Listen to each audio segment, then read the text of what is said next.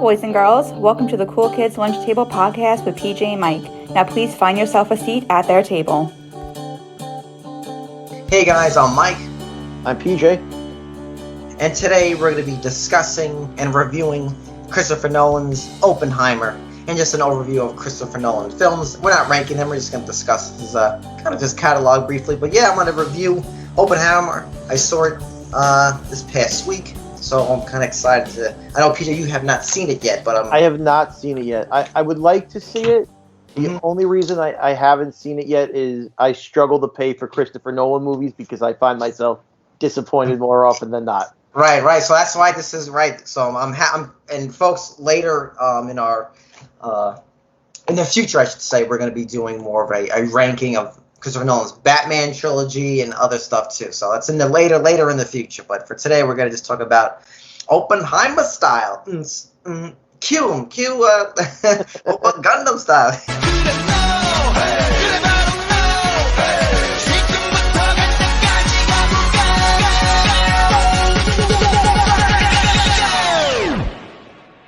Oppan Gangnam Style. I saw that.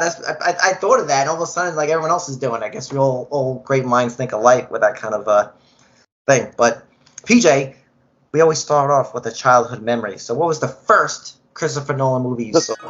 First Nolan movie that I saw was one of his earlier ones, actually. It was Memento. Yep. I don't know if that was his first movie or not. It may have been. I think it was his first movie that got like that's, I guess, his first one that got with the studio, because the first was like his independent film, and I think it got like a little bit, it's called Following. So I guess it got a following, and that basically and I actually did like Memento quite a lot. I thought it was an interesting premise. The guy can't remember everything. He's trying to find out who killed his wife. I thought that was a very interesting premise for the movie. So yeah, I did like that movie. It all went downhill for me after that, but I do like that one. But yeah, I'm the same way. I saw Christopher Nolan's Memento first. Actually, our mutual friend, his name was Dan.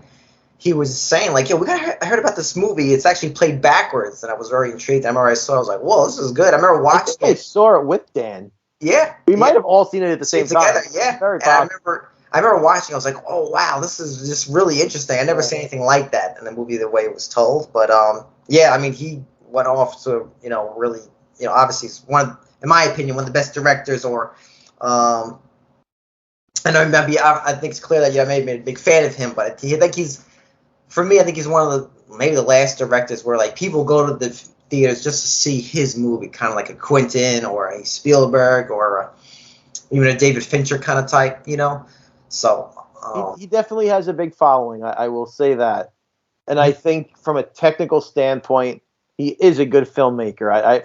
From a very technical standpoint, I would say he is a good filmmaker. He does employ a lot of interesting techniques when he makes his movies. He has a certain look and feel to them that's instantly recognizable. His movies certainly look polished and professional. I would say that. So that is not where my negatives come from. But I'll go into why I dislike him after we get through your review of Oppenheimer, which I'm very interested to hear. Yeah. So I want to first off just saying this. I think sometimes I'm guilty of this. Sometimes we have to let things kind of like marinate. Like kind of like when you like listen to an album, the first time you listen to it, like, oh, maybe it's not as good. Sometimes you gotta give it a re-listen, maybe let your brain kind of process it. And this was the kind of the same thing. This, PJ and I a few weeks ago we reviewed Dial of Destiny. That's some, with Indiana Jones. Obviously, that's a less intense film. That's a little bit more movie you can kind of, judge. Yeah. After the first scene, you'll know how you feel about movies like that. So you see it once, and you have an idea of if it was good, bad, how you felt about it. Right. So this is a 3-hour movie. That is all dialogue. There is no actions. You're not going to see the people of Japan getting blown up to smithereens or anything. There's no one carrying it. You never see a gun in this film. Nothing like this. Nothing like that. This is not that kind of movie. So you think this is an action film? No way. This is not that kind of film. Anyway, so when I left the theater, I actually saw this with my brother and Sean. And for some of our listeners, if you don't know who those are, that's my brother, my friend, our mutual friend now, Sean. Anyway, if you're curious, they were in our past episodes of Back to the Future. and the best '90s artists of that decade. So check those out if you haven't already. But I saw it with them, and when I left the theater, I guess I gave the film like a 7.5 to an 8 out of 10. You know. But now letting it simmer, kind of like when a bomb goes off, you let the dust settle. Now I would give it like an 8.5 out of 9 out of 10. Wow, it went up to an 8.5. Yeah, 9 because out look, of this 10. movie is like That's a high ranking for a movie. Yeah, because it's like I said, this movie's it's really firing on all pistons. You know, and I have my negatives of it, but I think it's definitely probably the best movie of the year. I mean, I haven't seen many. I mean, there's not much competition. I haven't seen Sound of Freedom, right? That's like the big one that's got a lot of momentum. There's been a few movies out this year, but not a lot of real big movies or anything that you would say is a movie of the year just yet. I'm sure this is in the running for that, just because it's probably the first big release that's not a comic book type of movie. Mm-hmm. Yeah, and I know later on we're going to talk about Barbenheimer, but two obviously very different movies. But yeah, this movie is, like I said, it's a really good movie. Like I said, I think after a couple of days now, I'm like, you know what, that's like I said, I came out of this 3-hour movie that was all dialogue. So you're listening. This is a thinking man's film. Like you got to be, you can't go in there like I wouldn't really recommend, eating popcorn. Like you got to pay attention. Like you can't get distracted. You got to really pay attention. It's not difficult it's not like a hard storyline. It's just. I guess I got into it. In typical Nolan fashion, there's a lot of like time jumping. There's a lot of quick edits at certain points, so you really have to like kind of grasp. Just to kind of give you the plot. I'm sure most people know it, but just kind of give you things. So it's about Oppenheimer, basically, the race to make the bomb before the Germans, do it. And I guess there's another storyline. It's like more of like a political hearing. I can't remember the character's full name. Is Strauss. That's played by Robert Downey Jr. and kind of like about Strauss wants to become more into the political environment, and he wants to cut ties with Oppenheimer, and he kind of wanted to discredit him and calls him a communist. That's like a whole hearing, So, but anyway, like I said, this is a very dense subject matter. You know what I mean? And like I said, this is 3 hours of dialogue, so it's a lot of paying attention and everything. So let me just start with the bad. Is that okay, PJ? I'm ready for the bad. I can already probably predict what I think is bad, but that's so what what makes the film challenging, especially in the beginning. I'll say the first half hour. I'll say that is like you're like obviously they're kind of setting it's not like this movie's not in linear, so it's non-linear. So you're jumping back and forth. So the first like half hour, you're jumping between like this court hearing. You're also kind of finding like the origin story of Oppenheimer. You see him kind of at college and then how he gets, it's like, and kind of like Nolan fashion, you kind of see the end of the movie at the beginning of the movie kind of thing. Right. You kind of want to find out what happens. So that's not really a spoiler, but so this first half hour, you're kind of like a little dizzy, like, whoa, like for me anyway, I was like, because you're trying to like, there's like almost 3 storylines, because like I said at the beginning, because you have this court hearing, then you have this, Oppenheimer's origin story, if you want to call it that, and, quasi love story, his kind of, thing, and sprinkled in there, and then you have, And Oppenheimer is Cillian Murphy? Yes, yep, I'll get into the acting. He was awesome. I gotta say, the acting in this movie is insane. It's really great. So that could be a little like crazy in the beginning because it's very like, oh, whoa, you know what I mean? It's a lot. So trying to, and I think sometimes that's the negative. This goes for all filmmakers I think, for my opinion anyway, when you have a non-linear, when you have to jump back and forth, I think you almost need more dialogue to make things make more sense, Right. So I felt that kind of made the runtime a little bit longer, but the only person for me who can make a non-linear storyline work is Quentin. No one else really can do it. Yes, exactly. Or certainly not to the level or degree that he can do it. Right. And his movies, even though they're told out of order, it feels very right, like straightforward. Exactly. Christopher Nolan don't feel like that. They really feel like you're. No, they're a struggle. I find them all to be a struggle to get through. Yeah, it's definitely not doesn't have that kind of flow like Quentin. That's a great example. Mm-hmm. I feel like some of the negatives, I'm not sure, and if it was the theater. I didn't see this in IMAX. That's number one. I just want people to know. But it still looked fine, all that crap. Sure, it might look better, on an IMAX screen. But I feel like at times the music was almost overpowering the dialogue. You know what I mean? Like, it was like the mixing. I know he's had issues in the past, and I was going to say that's something that's been a critique of almost all of his movies, going back to, I think, starting with Inception. Yeah, that's been a big critique. I know I think it was Hans Zimmer that did Inception. Yep. And he had the big horn, and that's always something that comes out in his movies. Everyone always has that same critique. Yeah, and the music is not like the music is not pleasant. It's great. It was actually by this. I think I didn't see Tenet, but I think it's believed by the same guy. His name's Ludwig Göransson. So the music's great. It's good. It gives it more of intensity for sure. I just felt the mixing. I was like I said, I was really trying. Like I said, it's like you're already trying to focus on this dense storyline, and then to make it even hard to hear, it was just like slightly frustrating. Also, like, this is not a spoiler, but like between scenes, like there's like these hard cuts to, like, you see, Cillian Murphy thinking about something, and it cuts to, like, I wouldn't say it's like a bomb going off. I mean, sometimes it is, but it's also like, I just call it like particles, like it's supposed to get like right. But it's almost like a jump scare, because like all of a sudden he's talking, it's almost like so this woman actually next to me, an older woman, probably in her 50s, she was like, she like jumped out of her seat, because like a couple of times in the film it kind of cuts to like that, like, kind of surrealism, and it was like kind of jarring, and it was like this at the theater I was at, it was loud, so it was super loud. I kind of feel this movie's a bit too long, like I said, like I don't think there's like,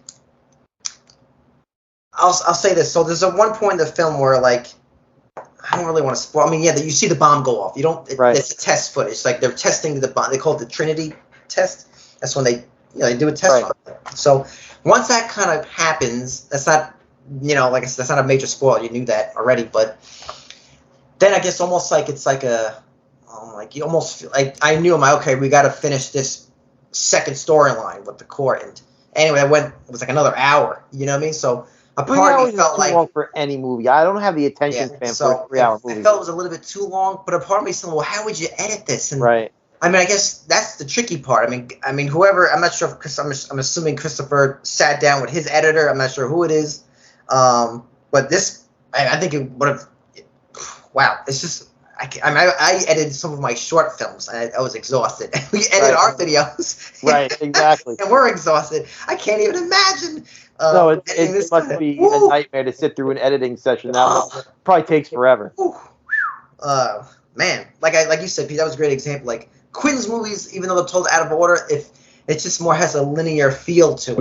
Yep. And this, wow, I mean, his God movies bless never him. feel. His movies, in my opinion, are always all over the place, and you can follow them, but it's like, sometimes when I watch a movie, I want to sit back and kind of relax a little bit. Yeah. This can't in his movies. This is is have to like. Yeah, that is not that kind of movie. During his movies, it's just Yeah, it's a lot. I do feel at one point in the film, I guess this is like positive, is like I said, Murray told you the first half hour gets a little like, whoa, you kind of, all these things are happening. But when you meet Matt Damon's character, I feel like the movie all of a sudden like kind of just settles down. Like, okay, his character also, Matt Damon brings a lot of like a looseness, which the movie definitely needed. He gave us some levity. He gave us some personality, because at that point it's very stoic, kind of thing. So he definitely brings the charm. And I think he's almost there to actually help the audience kind of understand, kind of hold our hand through it. Yeah, this has and I think he gave the movie more of a, like, I think this movie definitely has like a documentary somewhat type feel, and I think Matt Damon's character definitely gave it more of a cinematic feel. If that makes any sense. But I hear what you're saying. One of the things I think about for Christopher Nolan, I think his movies, or just the way he tells a story, I think it would lend itself better to like a prestige format TV show, on a Netflix, where it could be a 6-episode maxi series instead of just one long movie. Yeah. He crams so much into a 3-hour movie, and it becomes exhausting, where if he had a 5 or 6 episode maxi series on a streaming service, you can make 6 45-minute long episodes, tell the story the way he wants without it just being so overbearing and so jam-packed. I think his storytelling style would work better in a longer format. Mm-hmm. Yeah, no, I agree with that. 100%. Yeah, I don't think he would ever do that. No, I don't think he would either. He's very much of a film guy. This guy still films on film. On film, yeah. He's not doing anything digital. He's like a diehard. Yeah, no, I agree. He probably wouldn't. You never know, because I think Quentin now, I think he's actually working on a television series. Yeah, I think he is too. And, you know, for the longest time, no one would have thought Tim Burton would have made a TV show, and now he's in. I just think the way Hollywood is heading, more of these guys that were anti-TV are changing their mind because TV isn't what it used to be. Yep. You know, it's a much different ballgame now. People used to think TV was like soap operas and sitcoms. Yep. Now it's become something much different, and I think these filmmakers are willing to tell long format stories on TV more than make a movie. It's becoming different. Yeah. Mm-hmm. And just to go back to the length, I think you could make this. I think the only way to make this movie shorter is if you wrote it a little bit differently. I guess that's looking. I guess you could have edited some scenes out, to cut it down, but it would be minuscule. It'd be like 5 minutes because you have to tell the story given the way that it's written. But I mean, that's really only the negatives. You know what I mean? And I see people review it. I don't really agree with this, like saying, "Oh, it's emotionally cold." I'm like, this is a movie about a bomb. Right. What do you want it to be about? The happy-go-lucky. This ain't that kind of movie. And I think his movie, is there the guy's a big fan of Stanley Kubrick. Obviously, you could, I think this definitely has an influence of Dr. Strangelove for sure. That's in there. Dr. Strangelove is almost somewhat of a comedy. It definitely has that kind of, not the comedy aspect, but the subject matter. And but this movie, like I said, I always talk about tone. Tone's fine. Like I said, it's there's I guess we'll get into positives. Like I said, this movie is I guess it's a very intense story. It's very good, very interesting. Some stuff I never knew. It almost felt like I've seen a lot of people say this thing that you did feel it. It's like there's so many. What a cast, you know what I mean? Some of them are just for cameos. It just shows you how much of a demand people want to work with him. I saw an interview with Matt Damon.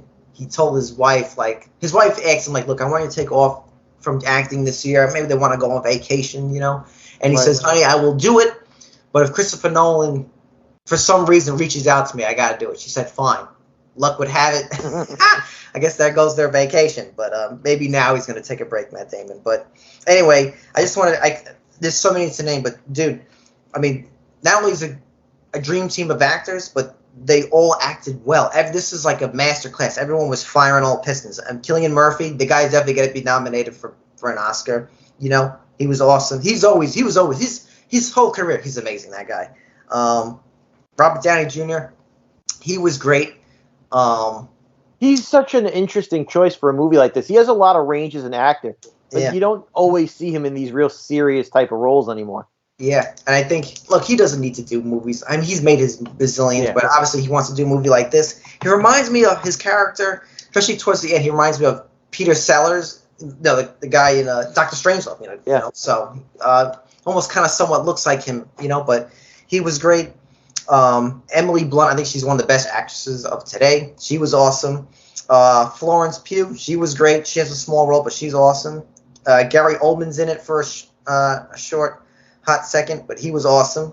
I think his name's Kenneth Branagh. I think he was the director of Thor and other things. He was in the second Harry Potter film. He was great. I got this guy go. I thought this guy retired. I thought he went into Abyss. His name, remember Josh Hartnett? Yeah, I do. Dude, he was great in this film. First of all, he's still good looking, but he's so much remember for so long, he's an older man now. He kind of had that boyish good looks. Now he's this older, gentlemanly, and he looked great. But he was a phenomenal man. He was in Pearl Harbor, right? Yeah. And dude, this was about bombs. Yeah. Right, but dude, he was awesome in this film. I mean, I feel like his voice was different. He was awesome. I mean, this movie's definitely gonna get in parts again. Maybe he was kind of typecasted as the romantic whatever it is kind of thing. But wow, he was great. Like I said, the acting was awesome in this film. Dialogue was great. You know what I mean? It's it's well written. Honestly, it's a well written film.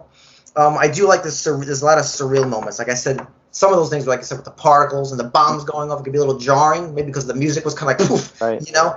But I kind of like that kind of stuff sometimes. You don't really see it anymore, you know. So there's some quasi horror, psychological stuff. I don't want to spoil. Those were cool scenes. There's some nudity. I'm not promoting it because it's nude, you know, but. You know, it's another thing. Almost like you don't have, like I talk about, there's no romance in film. I don't know. Sometimes it's kind of, you know, like you see Cillian Murphy nude. You see, Florence Pugh nude. And it wasn't like they're trying to sexualize him. It's a part of the story. I just felt, I can't explain. I feel like I can't remember last time I saw or seen a movie like that. That I felt it was important. It gave the movies more complexity, and I feel like we don't have that kind of. And it wasn't gratuitous, right? It was not gratuitous. No way. And everything. I think the last sex scene that kind of stuck in my mind, which was the complete opposite of this, it was totally insane. You ever see Gone Girl?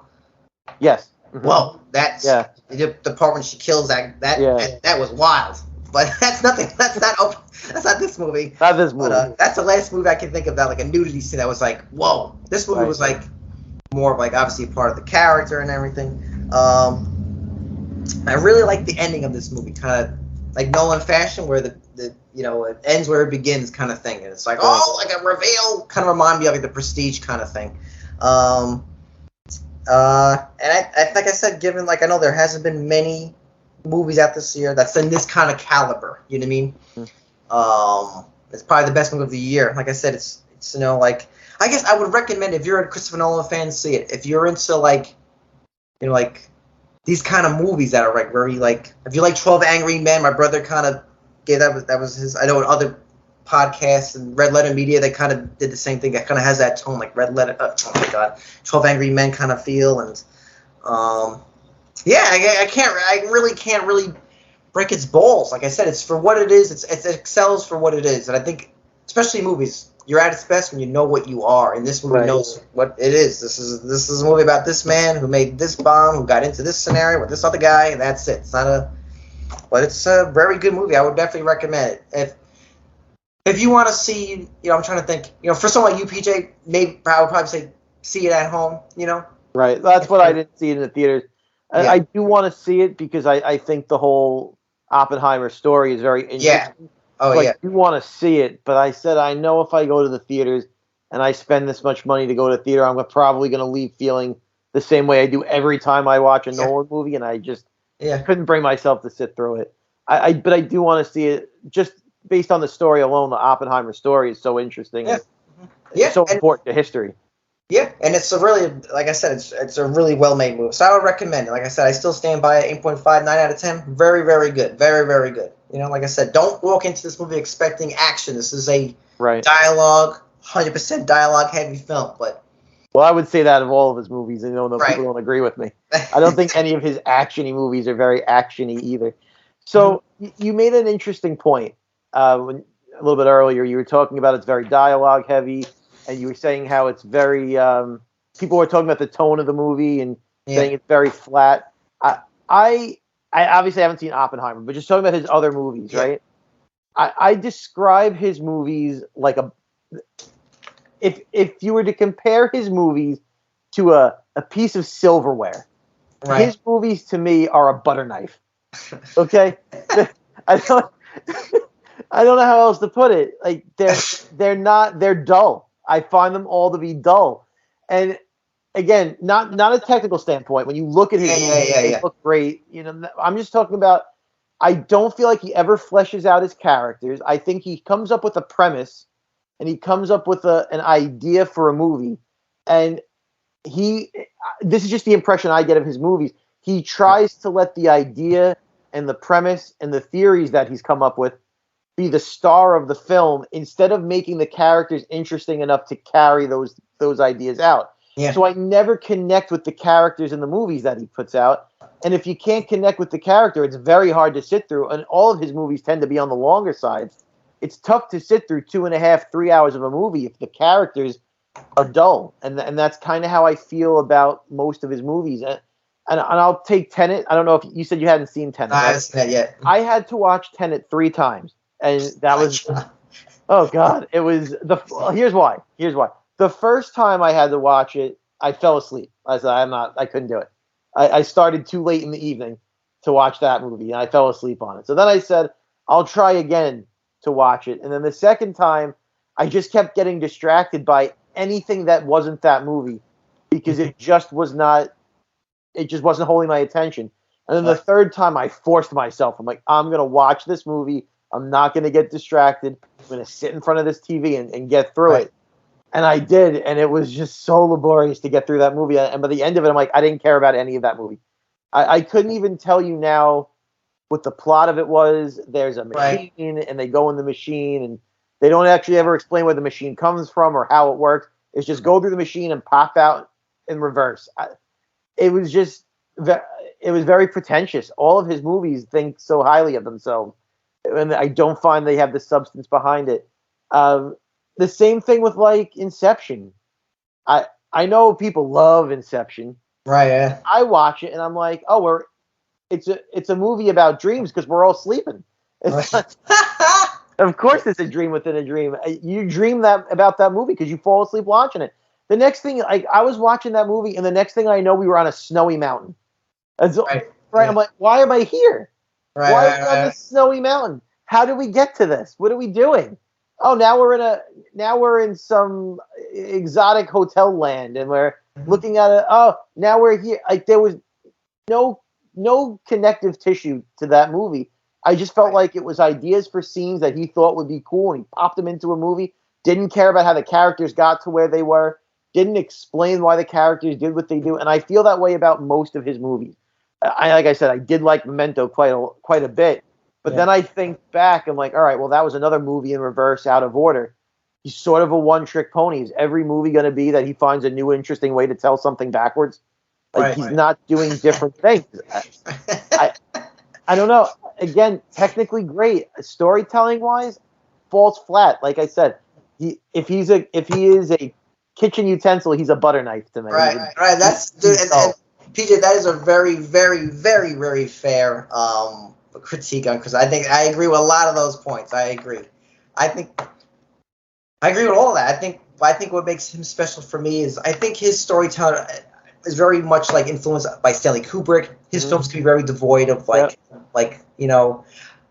want to say, I think it's different emotions. I think he already goes for the more cerebral approach, and I feel like a lot Michael Mann, like The Insider, Les Mohicans, those kind of Heat. He was a huge influence on The Dark Knight. Even David Fincher, I get David Fincher vibes from him. I think with Christopher Nolan, he brought. Let's talk about this. Like he's like a league of his own. No, he kind of does his own thing. So everyone does do his own thing. So there's no one else making a Christopher Nolan movie but Christopher Nolan. There are other people where you can watch a movie and it could be anybody who made that movie. You can't say that about him. He does have his own style, his own techniques. They're unique to him, but they fall flat all the time. And I think everything you said is fair. I think for me, what I like about his films, I like that you have to think. I think it's pretty close. Most movies are driven, which is fine with, I'll say the emotional component. But emotions are all very varied, and sometimes, I think from him, he wants to channel. Like you think about, I just go back to Stanley Kubrick. You see a movie like The Shining. It's really kind of a dull film, but it's told from a different type of fear. Like that other kind of like. Right. It is. It's like you said, more cerebral is a good way of putting it. That's exactly what it is. Yeah. So I think and I think he really excels at it. And I gotta say, every time I think we both can agree on this. All of his films, they're going to be interesting. I know you say they're going to be. I know what you mean by the dull. I get that. Yeah. They're going to have interesting ideas in there. His ideas are great. It's the execution of those ideas where I think he fails. I think he struggles with characterization. Yeah, no, that's fair. Yeah, and that's, I think, where, for me, the dullness comes from. I'm not going to make this a whole Dark Knight trilogy episode, but just to touch on it, because it is a Nolan film. If you know Batman, and then you go into those movies, right? They're not Batman movies. He doesn't get the characterization right. And those are characters that are already established. He didn't have to figure out who the character of Batman was. Right. That's given to him, and he still couldn't get that character right. So then, if he's left to his own devices, I think that's his big struggle is the characterization of all of the. He gets great cast. You're getting a cast of just all stars in all of his movies, but then I just feel like he doesn't utilize them to their fullest potential. He doesn't give them anything worth working with, and I don't know. I just how I feel about him. I do agree though. His movies all have interesting plots and interesting premise. I just don't think. I don't think he lets the actors and the characters tell the story. I think he lets his idea be the star, and or the story itself be the focus. Yeah, that's fair. Yeah. Mm-hmm. Yeah, I think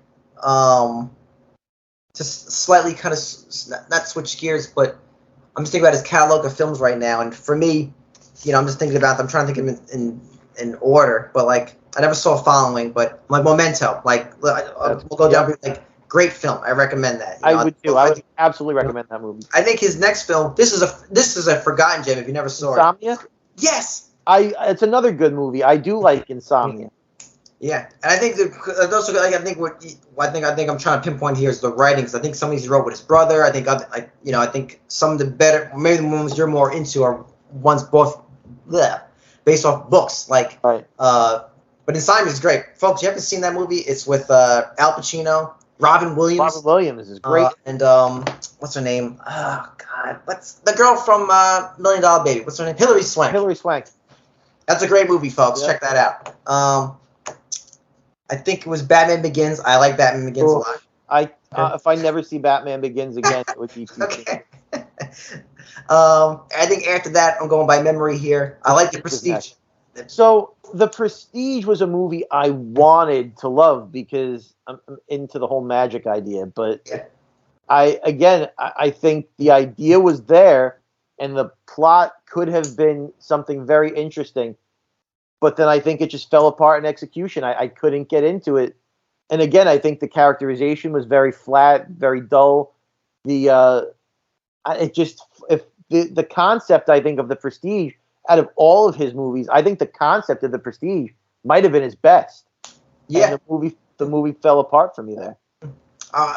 For me, I love that film. I love the whole, Christian Bale versus Jackman, and kind of like their rivalry, and I don't know. For me, I think that movie is really cooking, man. I think my only beef with that film was the ending. I don't want to spoil for ending. I know people are like, well, this isn't a sci-fi and science fiction film. I thought it was really more of a, but regardless, I think that's how it is in the book. I'm not sure, but I think that movie is great. I think it's really great, and I think that's The Dark Knight. I think your homie though. What's his name? Kevin Smith. Oh yeah. Calls it the Godfather 2, right? Of comic book films. Well, he could be wrong. Look, here's the thing with these again, I don't want to make it a full Dark Knight episode, but they are among his most popular and biggest movies. So it's tough to talk about them and not spend a little bit of time on these movies. The Dark Knight Rises, I think out of the three is the best. It is definitely the best. I don't love the Joker in that movie.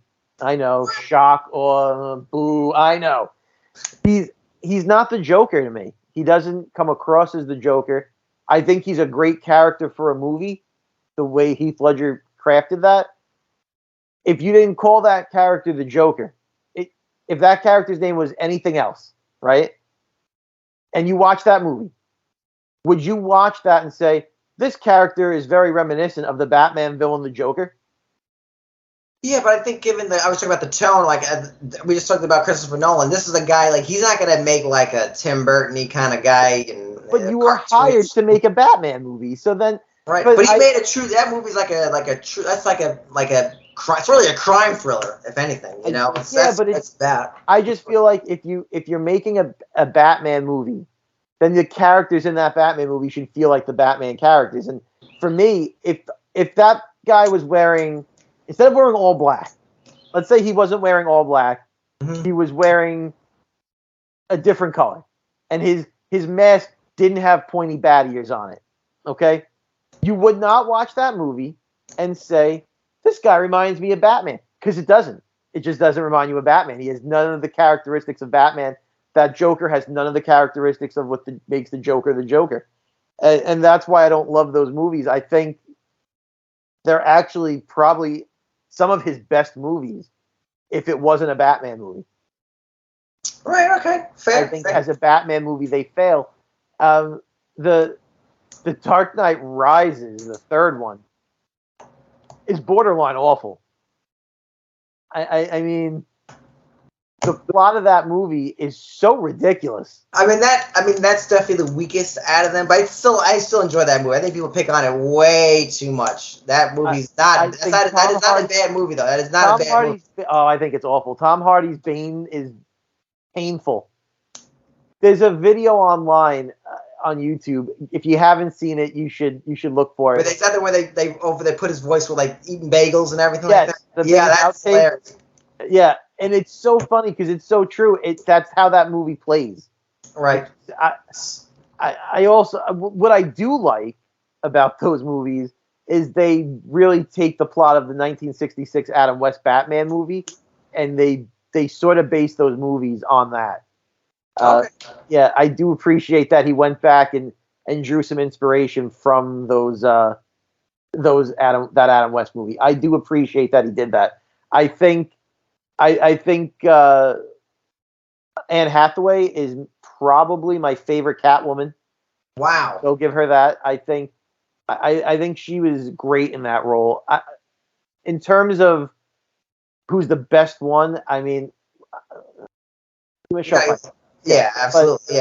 But I think just she's up there though, because I think Anne Hathaway took a part that was, again, could have been dull, and I think she's just such a great actress that she elevated that role and made it very interesting. But I think overall, Dark Knight Rises is one of the worst movies in his catalog.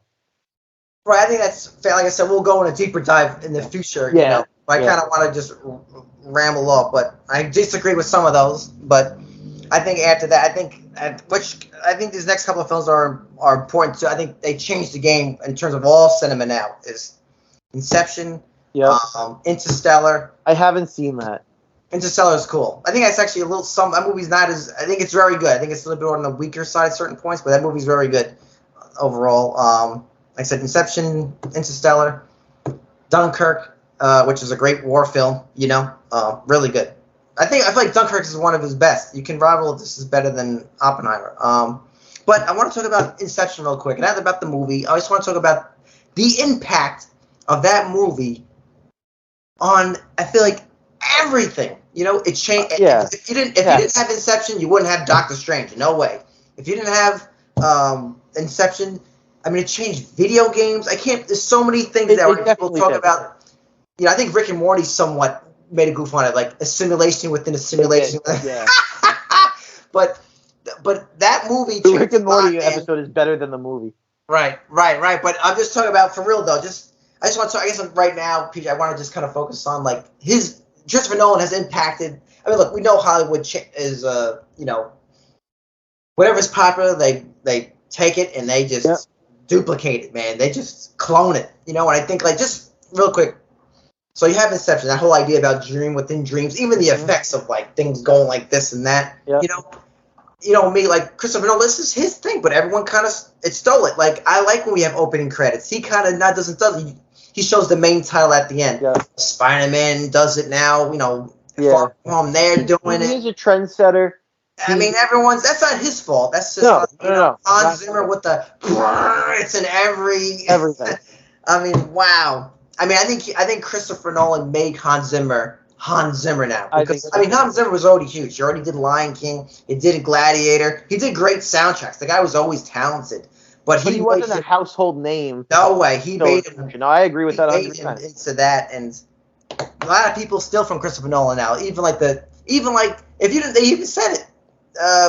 Iron Man 1 wouldn't exist basically without Batman Begins. You know, so. His impact, though, has been He has had a big impact. I mean, you can feel it on everything. He's a well-respected filmmaker for a reason. I mean, you know, take my personal preferences of how movies are made out of it. I mean, like I said, you can't take away the guy's talent. He is a a very good filmmaker. He's technically sound. He executes, his ideas the way he wants in a way that they're good. He's a good filmmaker. His movies look great. Just a cinematography point of view. I mean, they look great. He has a vision. He has a vision for what he wants on the screen, and he executes it. It's just, for me, it's just, like I said, a personal preference for how he tells a story. Yeah. But you can't take away the fact that what he's done in movies has influenced so many filmmakers, and he really is innovative on a lot of what he does. I mean, the Bane scene where they're in that helicopter, and that was fantastic. The whole Dark Knight Rises, that scene where they break in. The Dark Knight, not Rises, the second one. Right, Dark Knight. Yeah. With the Joker breaking into the bank, that whole scene, like, when he's on point, he's on point. He can tell a visual story very, very well. Yeah. I think the last dude that really changed the industry was like Quentin Tarantino in terms of like writing, that whole style, and I think Christopher Nolan is that guy now. You know what I mean? Like, yeah, but I mean, I'm not diminishing other people who are really good, like people bite off like Wes Anderson a little bit. I mean, I love a Wes Anderson movie. Yeah, I mean, all those Denis Villeneuve, right? The guy does Dune. I love Blade Runner 2049, but I mean, I feel like, man, Christopher Nolan's films have really. I feel like they're almost in every movie that something has been impacted. I'm like, can someone just put their title in the beginning of the film, please? Stop doing it at the end. You don't need to do that. Right. It's not even help the story. You know what I mean? It doesn't even. It's just doing it for the sake of that was popular. Doing the same crap. There are some filmmakers who are cut above the rest for a reason. I think another filmmaker that gets ripped off, or they try to rip him off, is Taika Waititi. Yeah. He's another guy that has a very unique, voice in his movies, and people try and replicate that, and it doesn't work because they're not as quirky as him. He did that movie, Jojo Rabbit. I haven't seen it. Mm-hmm. That's a movie that I thought was great. I loved it. And the only reason why I bring it up is it's another movie that it's not based on a true story, but it's a period piece. You know what I mean? It takes place during that World War II time frame, and it's a completely different style of storytelling. But for me, it's just so much more entertaining than the way that it's told. But that's another guy, though, that does have an interesting voice that people are trying to rip off the same way they try to rip off Nolan. And you can't. Some of these filmmakers need to learn to just be themselves, because you can't be Christopher Nolan. Yeah. Mm-hmm. I think I know we're running out of time out of our lunch period, but I guess the last thing I want to talk about, and I'm just curious about you, PJ, is right now we didn't get a chance to see Barbie, but you have these two movies that are like Barbenheimer. All they this couldn't be more opposite. Yeah, and you've seen so many people, and they're seeing like two movies in the same weekend. Yeah. I can't remember the last time I used to do that. As I'm trying to think, like I think I saw like X-Men 3, and then I saw like something else like the next day. I can't remember whatever is that time, like 2003, 2005, whatever it is, and I don't know. So that I'm just saying that I think that helped the movie industry. Hopefully these Barbie too. Obviously that's not really geared towards us, but it's nice seeing these two different kind of movies being made. I think we need variety. You know what I mean? And being successful. Yeah. Because it just shows that there's variety is needed in these movies. What I will say about, Oppenheimer being a big hit and Barbie being a big hit, and coming from me, we spent the whole episode, our last episode, about Comic-Con. Yeah. I am so tired of comic book movies. Because, right? And it's because they all feel very much the same. Yeah. And these two movies won't feel very much the same as a comic book movie. They're not the same as each other. These are two big movies having a big impact that couldn't be more different. If you were to see both of these movies in the same weekend, you would get two different experiences. You would leave feeling two different ways, hopefully positive on both of them. But I just think it's nice to see more variety in the theaters. Because for a while, you could go to the movie theater and it would be like a DC movie, a Marvel movie, and some off the beaten path independent comic book type movie, and they would all feel very similar because they're all comic book movies. It's nice to see two big releases very unique unto themselves, being released at one time, drawing different types of people to the theaters. Yeah, yeah. And I think the problem, especially with the comic books, they're just oversaturated. They need to scale it back. Yep. We do 1, 2 a year, really boost it up, because everyone was so boosted up about Barbie. Everyone was like they did a great job with that. I think less is more, man. That's kind of the But I really think there's a reason a guy like Christopher Nolan doesn't pump out, 6 movies over 2 years. His movies. He makes a movie. He spends the time and crafts the time to make a movie the way he wants, and it takes him 2, 3 years or whatever it is to get his next movie out. And you can see it in his movies that they're not the same. They feel very. I don't know. I just feel like you're right. Less is more. They're not oversaturated with Christopher Nolan type movies, so when they come out, they feel more special.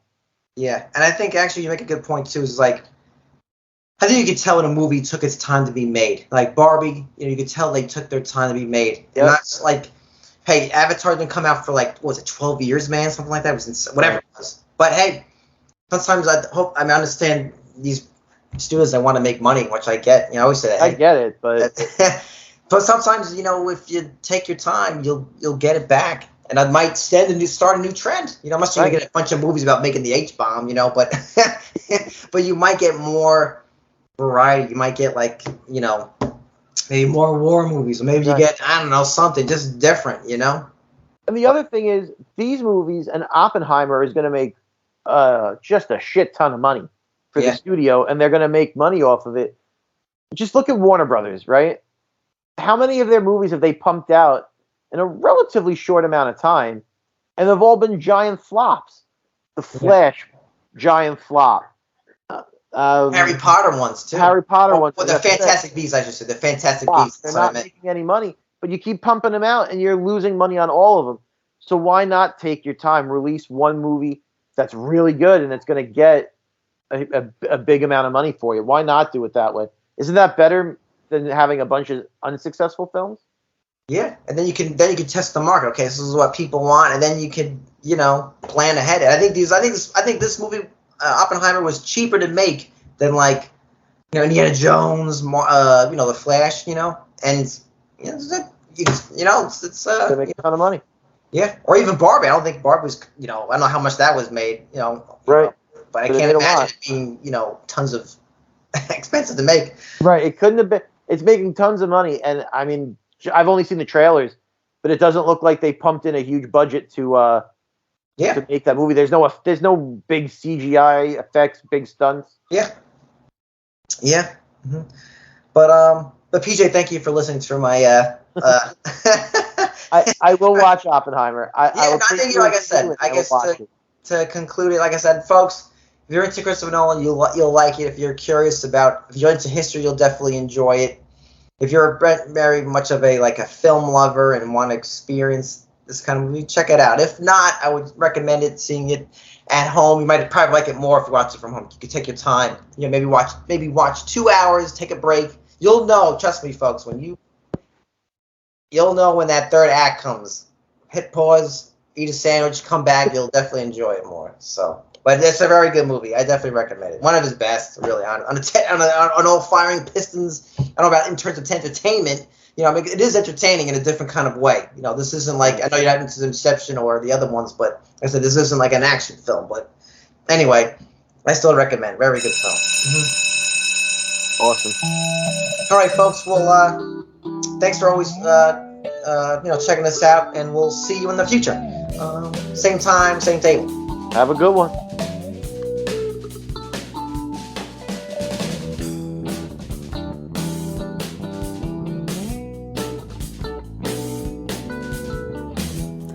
Boys and girls, lunchtime is over. Please visit PJ and Mike's website, coolkidslunchtable.podbean.com for more information.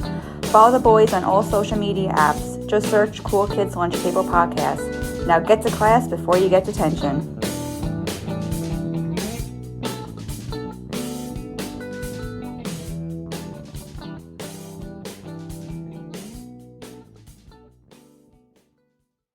Oppan Gangnam Style.